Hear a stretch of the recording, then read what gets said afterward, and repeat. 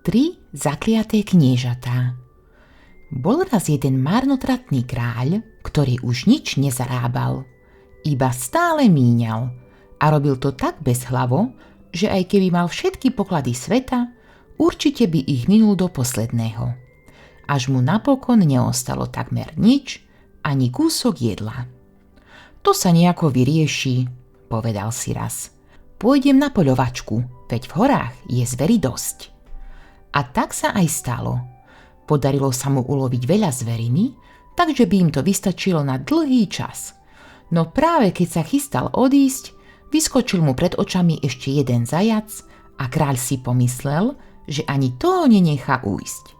Zamieril a vystrelil. Len čo zajac spadol, les sa zrazu začal otriasať a kráľ sa otočil, aby zistil, čo sa deje.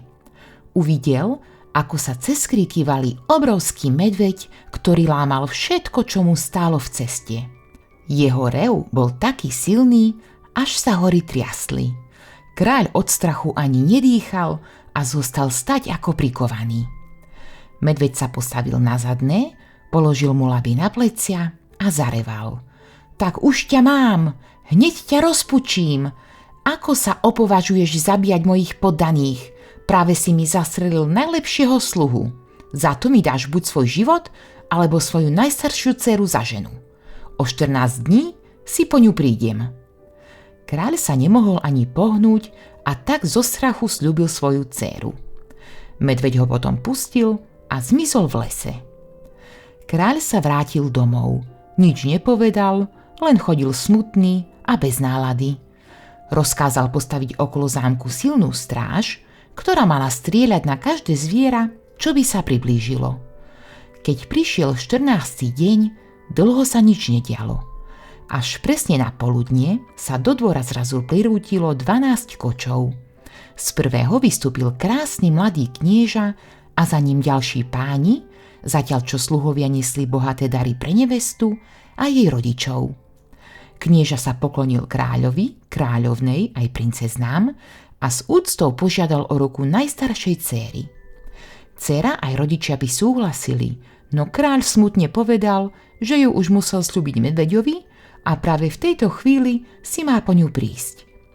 Knieža ho však presviečal, že predsa nedá dceru zvieraťu a že ak by aj medveď prišiel, stráž si s ním poradí.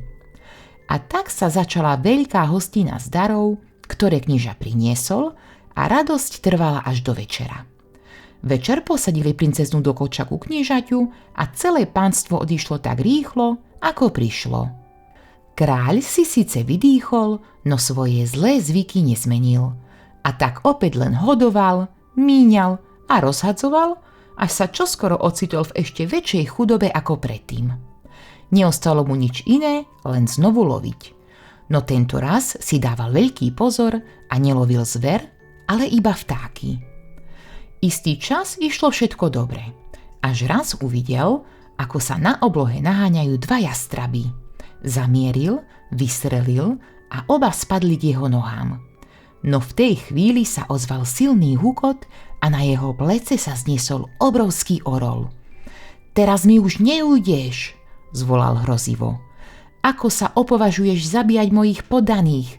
Práve si mi pred očami zabil 2 najlepších bojovníkov.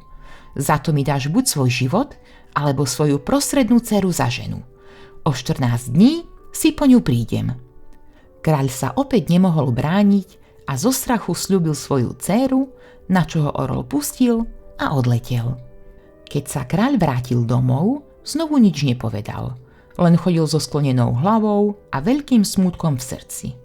Už sa neodvážil strieľať ani vtáky, no v duchu si hovoril, že dceru orlovi aj tak nedá, veď ani prvú nedal medveďovi.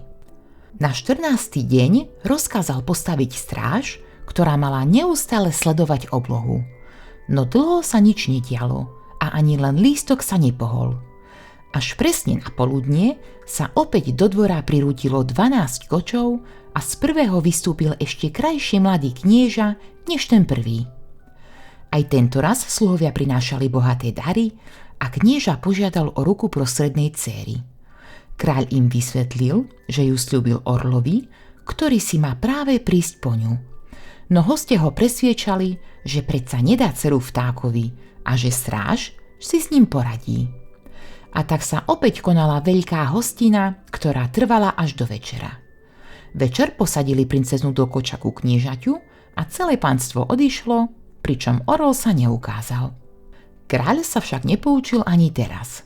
Znova len hodoval a míňal, až napokon zostal úplne bez všetkého. Priatelia ho opustili, sluhovia odišli a na zámku zostal len on, kráľovna a ich najmladšia dcéra.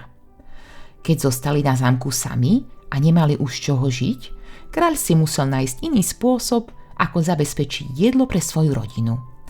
Vzal si teda udicu a chodieval na breh mora chytať ryby, aby aspoň takto uživil kráľovnú a najmladšiu dcéru. Istý čas sa mu darilo a vždy niečo ulovil. Až raz vyťahol na udici krásnu veľkú rybu. No práve v tej chvíli sa more začalo búriť. Vlny silno narážali na breh a z vody sa vynorila obrovská strašná ryba. Šľahala chvostom, penila vodu a hrozivo zvolala: Spláchnem ťa do hlbín mora, ty človeče!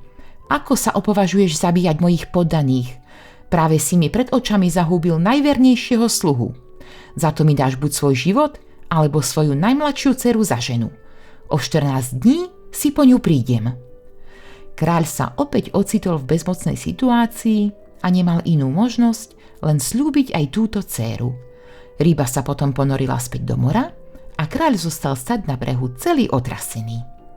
Keď sa vrátil domov, ani tento raz nič nepovedal. Len chodil ako bez duše a premýšľal nad tým, čo sa stane. Nevedel si síce predstaviť, ako by sa ryba mohla dostať až na vysoký zámok, no strach ho neopúšťal a trápil ho až do 14. dňa.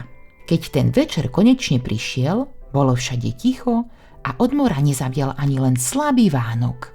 No presne na poludne sa opäť do dvora prirútilo 12 kočov a z prvého vystúpil najkrajší knieža zo všetkých troch.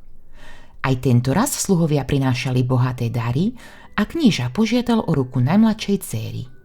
Kráľ im smutne vysvetlil, že ju sľúbil strašnej rybe, ktorá si má práve prísť po ňu.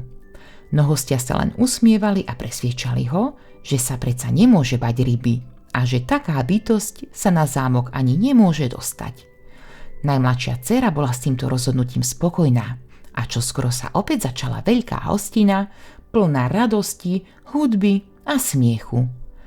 Veselili sa až do večera, keď posadili princeznu do koča ku krásnemu kniežaťu a celé panstvo odišlo tak rýchlo, ako prišlo. Na zámku zostali kráľ s kráľovnou úplne sami. V tú noc kráľ dlho nemohol spať a napokon si všetko dobre premyslel. Uvedomil si, že celý čas žil nesprávne, iba míňal a nestaral sa o svoju krajinu ani o rodinu a kvôli tomu prišiel takmer o všetko. Dokonca aj o svoje dcéry. Ráno vstal ako iný človek. Úprimne oľutoval svoje chyby a prosil kráľovnú o odpustenie za všetko, čím jej ublížil. Potom sa pustil do práce, splatil dlhy, najal si nových poctivých sluhov a začal spravovať svoje kráľovstvo rozumne a spravodlivo. Čoskoro sa mu začalo dariť a mal pre koho žiť, pretože kráľovna mu porodila krásneho syna. Chlapec rástol ako z vody a vyrastol z neho silný a šikovný mládenec. Najradšej sa hrával v záhrade, kde bolo plno kvetov a krásnych záhonov. Raz si však všimol, že 3 záhony sú zanedbané, zarastené burinou a úplne pusté. Spýtal sa záhradníka, prečo je to tak, no ten mu odpovedal len neurčito a nechcel nič vysvetliť. Kráľovič mu prikázal, aby záhony upratal a znovu vysadil, no keď sa na druhý deň vrátil, všetko bolo opäť zarastené burinou. Nahneval sa a prísne sa záhradníka spýtal, prečo ho neposlúchol. Až vtedy mu záhradník prezradil pravdu, že tie záhony patria jeho 3 sestrám, ktoré dávno zmizli, a kráľovna dala rozkaz, aby zostali takto zanedbané na znak smútku. Kráľovič hneď bežal za matkou a prosil ju, aby mu všetko vysvetlila, pretože o sestrách nikdy nič nepočul. Kráľovna sa rozplakala a povedala mu, že už dlhé roky nevedia, kde ich dcery sú, ani za koho sa vydali. A že záhony v záhrade smútia spolu s nimi. Kráľovič ju však upokojoval a povedal jej, že sa vydá do sveta a svoje sestry nájde. Kráľovna sa veľmi zľakla a prosila ho, aby to nerobil, pretože sa bála, že by sa mu mohlo niečo stať. No Kráľovič sa svojho rozhodnutia nevzdal. Ani 3 dni neprešli a už stal odhodlane pred otcom a povedal mu, že sa vydá do sveta a pôjde ich hľadať. Kráľ sa nehneval, práve naopak. Súhlasil a povedal, že keď on sám už nemá síl, nech ide syn a skúsi šťastie. Len kráľovna zostala plná obav a s ťažkým srdcom sa lúčila so svojím synom. Kráľovič sa vybral na cestu na krásnom koči spolu so sprievodom a vojskom.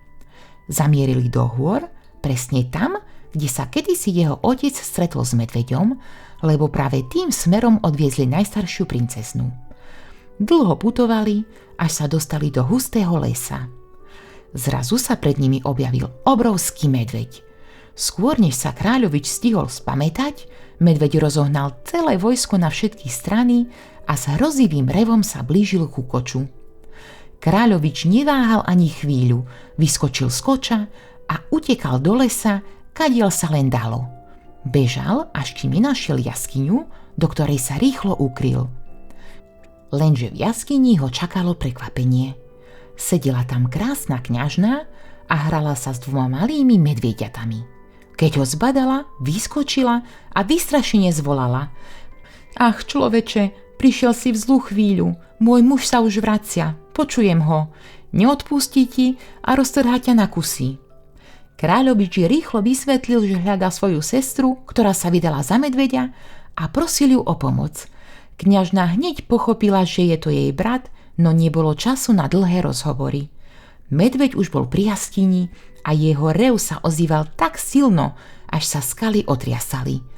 Kňažna rýchlo ukryla Kráľoviča pod vetvy a lístie. Medveď vtrhol dnu, rozhliadal sa a nahnevane zavrčal: Cítim človeka! Kde je? Práve som rozohnal celé vojsko, ale jeden mi ušiel. Ani tomu neodpustím. Začal prehrabávať vetvy a napokon chytil Kráľoviča za nohu.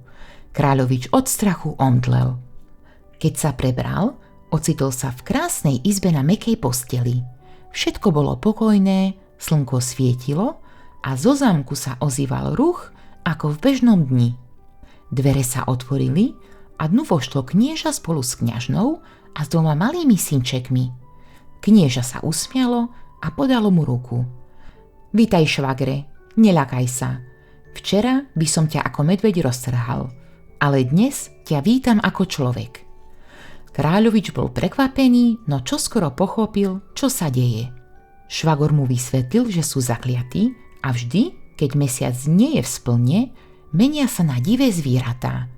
Len v čase splnu sú opäť ľuďmi.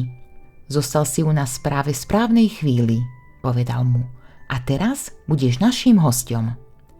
Kráľovič u nich zostal a mal sa dobre. Rozprával sa so sestrou, so švagrom, aj s ich deťmi a ani si nevšimol, ako rýchlo plynuli dni. Keď však prišiel 13. deň, švagor za ním prišiel a vážne povedal: Radi by sme ťa tu nechali navždy, ale čas sa blíži a ty musíš odísť, inak by sa ti mohlo stať niečo veľmi zlé. Kráľovič však nechcel odísť bez odpovede a povedal: Nepohnem sa odtiaľto, kým mi nepovieš, ako vás môžem vyslobodiť z toho zakliatia. Švagor chvíľu premýšľal a potom povedal: Keď si sa už tak rozhodol, počúvaj. Vezmi si tento chlp z mojej medvedej srsti. Keď sa dostaneš do nebezpečenstva, stačí ho pošúchať medzi prstami a prídem ti na pomoc. Potom mu poradil, kam ísť ďalej. Tvoji druhí švagrovci žijú pri vysokom strome, kde je orlie hniezdo. Nájdeš tam svoju druhú sestru. Oni ti povedia viac. Kráľovič sa rozlúčil so sestrou, švagrom aj deťmi, nasadol do koča a vydal sa na ďalšiu cestu. Putoval cez hory, doliny, aj staré lesy a všade pozorne hľadal orlie hniezdo, o ktorom mu hovoril švagor. Dlho však nič nenašiel a už sa zdalo, že ho ani nenájde. keď tu zrazu podvečer zazrel vysoko na jednom starom strome veľké hniezdo. Neváhal, vyšplhal sa hore a vliezol dnu. Tam uvidel krásnu kňažnú, ktorá sa hrala s 2 malými orlíčatami ako s vlastnými deťmi. Hneď vedel, že je to jeho druhá sestra. Keď ho však zbadala, celá zbledla od strachu a zvolala: Ach, človeče, odkiaľ si sa tu vzal? Ako si sa sem dostal? Kráľovič sa jej chcel prihovoriť, no ona ho rýchlo prerušila. Teraz nie je čas na vysvetľovanie, môj muž sa už vracia, počujem jeho krídla.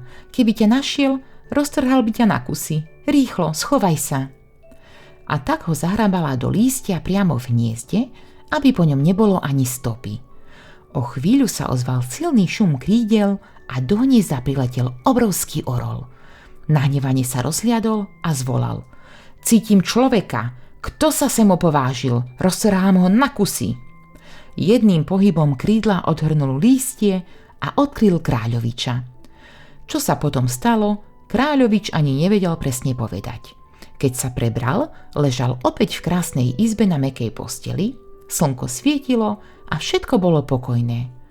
Už vedel, čo ho čaká, a tak sa rýchlo obliekol. O chvíľu vošlo dnu knieža spolu s jeho sestrou a 2 deťmi. Kráľovič im odovzdal pozdravy od rodičov aj od medvedích švagrovcov a všetci sa veľmi potešili.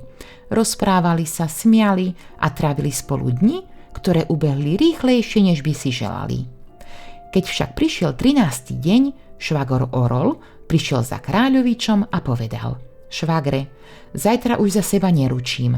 Keď sa zmením, mohlo by sa ti tu stať niečo zlé. Musíš odísť. Kráľovič však odpovedal: Odídem, ale až vtedy, keď mi povieš, ako vás môžem vyslobodiť z toho zakliatia. Inak tu radšej zostanem, aj keby som mal zahynúť. Švagor si povzdychol a nakoniec povedal: Keď si sa už tak rozhodol, počúvaj. Vezmi si toto orlie pierko. Ak sa dostaneš do nebezpečenstva, stačí ho pošúchať medzi prstami a prídem ti na pomoc. Potom mu vysvetlil, kam má ísť. Čaká ťa ešte jedna cesta. Prídeš k jazeru, kde žije náš brat, ktorý je zakliatý do ryby. Na brehu jazera bude stúpať dym. Skoč doň a tam nájdeš svoju najmladšiu sestru. Ona a jej muž ti povedia, čo ďalej. Kráľovič sa rozlúčil so sestrou aj švagrom, nasadol do koča a vydal sa na ďalšiu cestu. Dlho putoval, až napokon dorazil k veľkému jazeru. Pri jeho brehu sa dvíhal dym, ako by tam horel oheň. Kráľovič neváhal ani chvíľu, rozbehol sa a skočil rovno do stredu dymu. Dopadol na ohnisko, pri ktorom jeho najmladšia sestra pripravovala jedlo. Tak sa zľakla, že ho skoro udrela naberačkou, no keď sa jej predstavil a povedal, kto je, rýchlo sa upokojila a začala sa smiať. Tak si ma predsa našiel, povedala s radosťou. A môjho muža sa neboj, bude sa síce hnevať, keď ťa uvidí, ale neublíži ti. V tom sa voda v jazere rozvírila a objavil sa jej muž. Veľká ryba. Najprv sa hádzal sem a tam, ako by bol nahnevaný, no po chvíli sa upokojil a premenil sa na krásneho mladého muža. Privítal kráľoviča ako brata a zaviedol ho do svojho sídla, kde bolo všetko krásne a pokojné, ako by tam nikdy nebolo žiadne zakliatie. Kráľovič sa u najmladšej sestry cítil veľmi dobre a dni plynuli rýchlo. No keď prišiel 13. deň, švagor ryba začal byť nepokojný a vedel, že čas odchodu sa blíži. Kráľovič už tušil, čo to znamená, a preto neustúpil, kým mu švagor nepovedal všetko, čo potreboval vedieť. Tam za morom rastie zvláštny strom, začal švagor. Je vysoký, rovný a úplne hladký, bez jedinej vetvy, až úplne hore, kde má len jeden malý konárik. Na ňom je lístoček a z neho visí zlatý kľúčik. Ten musíš získať. Tým kľúčikom otvoríš skalu, v ktorej je 6 izieb.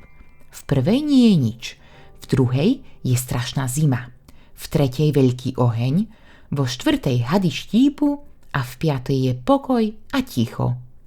Keď nimi prejdeš, dostaneš sa do 6. izby. Tam spí čert, ktorý zaklial nás aj našu sestru, lebo si ho nechcela vziať za muža. Kráľovič počúval pozorne a švagor pokračoval. Naša sestra leží v železnej truhle a je medzi životom a smrťou. Čert ju vždy pichne mečom a pýta sa, či si ho vezme. Ona vždy odpovie, že nie a tak ju nechá trpieť ďalej. Keby súhlasila, všetko by sa skončilo, ale bola by jeho. Na chvíľu sa odmlčal a potom dodal: Ak ho chceš poraziť, musíš sa k nemu potichu priblížiť a zobrať zlatú trúbku, ktorá visí nad jej hlavou. Keď na nej zatrúbiš, všetko zakliatie sa zruší. Kráľovič už vedel, čo má robiť. Rozlúčil sa so sestrou aj švagrom a vydal sa na cestu. Len čo opustil jazero, voda sa za ním uzavrela a on stal opäť sám. Čoskoro uvidel pred sebou vysoký strom, ktorý siahal až do oblakov. Bol hladký a nebolo sa na čoho zachytiť, no Kráľovič sa nevzdal. Skúšal jesť, no stále sa šmýkal späť dolu. Napokon dostal nápad. Vyťahol nôž, zapichol ho do kmeňa a postupne sa pomocou neho šplhal vyššie a vyššie. Už bol takmer v polovici, keď sa pod stromom objavili divé svine a začali ho podhrabávať. Kráľovič si rýchlo spomenul na švagra medveďa, vyťahol jeho chlp a pošúchal ho medzi prstami. V tej chvíli sa objavili medvede a svine rozohnali. A on mohol pokračovať. Vyšplhal sa až úplne hore, kde sa snažil dosiahnuť zlatý kľúčik. V tom sa na neho vrhli jastraby a začali ho napádať. Kráľovi si spomenul na švagra orla, pošúchal pierko a hneď prileteli orly, ktoré ho ochránili. Tak sa mu podarilo získať zlatý kľúčik a bezpečne zliezť dolu. Keď prišiel ku skale, nevedel, kde ju otvoriť. No len čo sa jej dotkol kľúčikom, skala sa sama otvorila. Vošiel dnu a cítil, ako z druhej izby prichádza mrazivý chlad. Uvedomil si, že ak pôjde pomaly, zamrzne alebo zhorí, a tak sa rozbehol a prebehol cez izby čo najrýchlejšie. Po ceste ho hady poštípali, mráz ho premrazil až do kostí a oheň ho popálil. No zastavil sa až v 5. izbe, kde bolo ticho a pokoj, a tam sa mu všetky rany zahojili. Potom opatrne otvoril dvere do poslednej izby. Uvidel čerta, ktorý spal na posteli a nad ním visela zlatá trúbka. V strede miestnosti ležala v truhle krásna dievčina, bledá ako smrť. Práve vtedy odbila polnoc. Čert sa prebudil, bodol princeznu mečom a spýtal sa: Pôjdeš za mňa? Nie, odpovedala. V tej chvíli Kráľovič nazbieral všetkú svoju odvahu, rozbehol sa k nemu, schytil zlatú trúbku a napriek tomu, že sa čert na ňo vrhol s mečom v ruke, až sa postavil a zatrúbil. Ozval sa strašný rachot, ako by udrelo 100 hromov. Zem sa zatriasla a čert zareval od zlosti. No už bolo neskoro. Jeho moc sa rozpadla, zmizol v hlbinách a zakliatie bolo navždy zlomené. Zrazu sa z jaskyne stal nádherný zámok a okolo sa rozprestieralo veľké mesto plné života. Dievčina ožila, bola krásna a šťastná a s úsmevom povedala: Len za teba pôjdem, lebo si ma vyslobodil. Kráľovič ju chytil za ruku a spolu vyšli von. Na nádvorí ich už čakali všetci, sestry, švagrovia, aj ich deti, všetci odkliatí a šťastní. Ďakovali Kráľovičovi za to, že ich vyslobodil a s radosťou mu dali ruku svojej sestry aj s veľkým kráľovstvom. Napokon sa všetci spolu vrátili k rodičom, ktorí ich už dlho čakali, a keď sa opäť stretli, radosť bola taká veľká, že sa nedala ani slovami opísať. Objímali sa, smiali, aj plakali od šťastia, lebo to, čo bolo stratené, sa znovu našlo. Na zámku potom pripravili veľkolepú svadbu, akú svet dovtedy nevidel. Hudba hrala od rána do noci, stoly sa prehýbali pod jedlom a celý kraj sa radoval spolu s nimi. A Kráľovič, ktorý premohol čerta, sa stal múdrym a spravodlivým kráľom, na ktorého ľudia nikdy nezabudli.